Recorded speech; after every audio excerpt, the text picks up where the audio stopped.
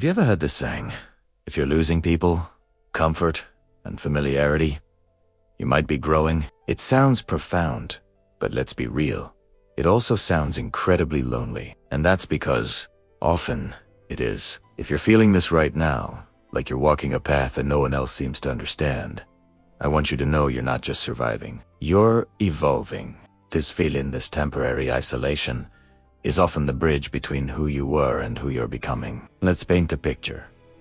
Maybe this sounds familiar. For years, you were the go-to person, the reliable friend, the accommodating family member, the one who always said yes. You bent over backwards to make others happy, often at your own expense. Your identity was wrapped up in being needed, in being the peacemaker, the problem solver. Belonging felt good, even if it cost you your peace. Then, one day, something shifts. It might be a small moment of clarity or a big, life-altering event.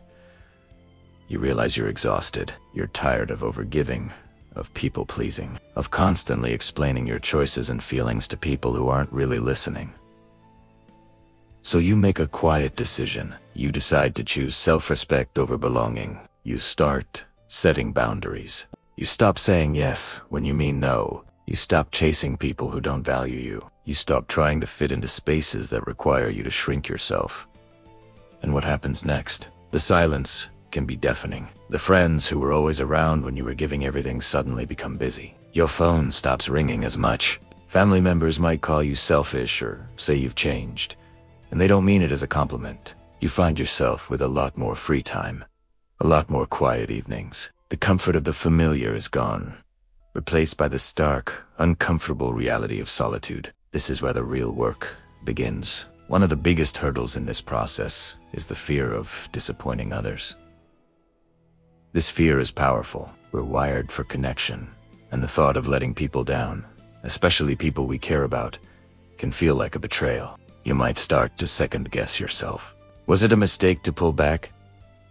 Am I being too harsh? This internal conflict is completely normal. It's the old version of you fighting to stay in control. It's the part of you that found safety in pleasing others. But growth requires us to sit with that discomfort, to acknowledge the fear without letting it steer the ship. You have to remind yourself that your worth is not determined by how much you do for others. Your primary responsibility is to yourself. Then comes the discomfort of solitude itself. For so long, your life was filled with noise, the demands of others, the constant social obligations. When that noise fades, the silence can feel empty. You're left alone with your own thoughts, your own feelings, and that can be terrifying. We often use other people as a distraction from ourselves, but this solitude isn't a punishment. It's an opportunity. It is a chance to finally get to know the person you've been neglecting for so long. It's in these quiet moments that you start to hear your own voice, to understand your own needs, to reconnect with your own desires. It's awkward at first, like meeting a stranger. But with time, that stranger starts to feel like an old friend. This phase is what I like to call an emotional detox. You're not just shedding people. You're shedding old patterns, old beliefs, and old emotional baggage. Think about it. When you are constantly people-pleasing, you are absorbing everyone else's energy, their problems, their expectations. Your emotional system was overloaded. Now, you're clearing all of that out. It can be messy. You might feel a whole range of emotions: anger at how you let yourself be treated, grief for the relationships you've lost, anxiety about the future. Let it all come up. This isn't a sign that you've made a mistake.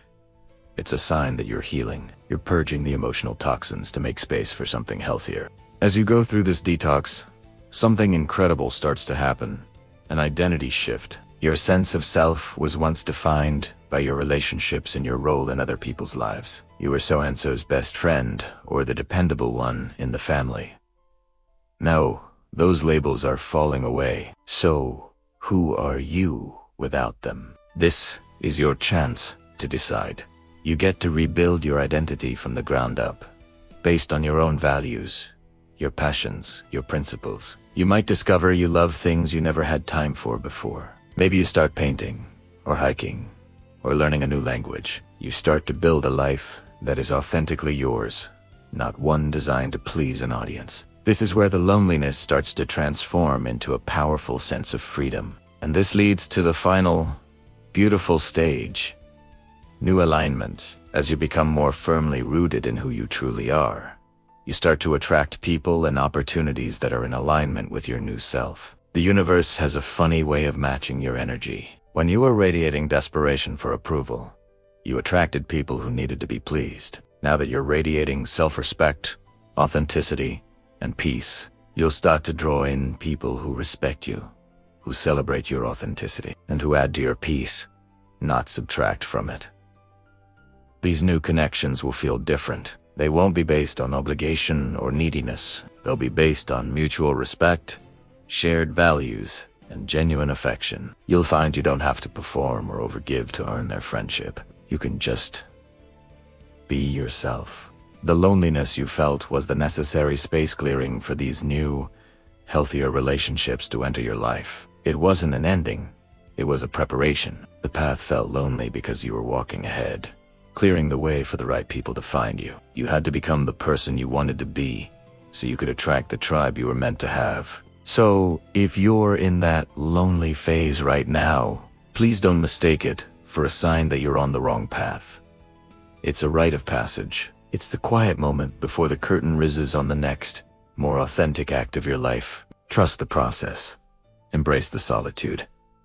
Get to know yourself. The peace you feel growing inside you is the first sign that you're on the right track. The right people, the ones who are meant for the person you are becoming, are on their way. You just had to make room for them first. Thank you so much for watching. If this resonated with you, consider subscribing for more content on personal growth and finding your path. See you in the next one.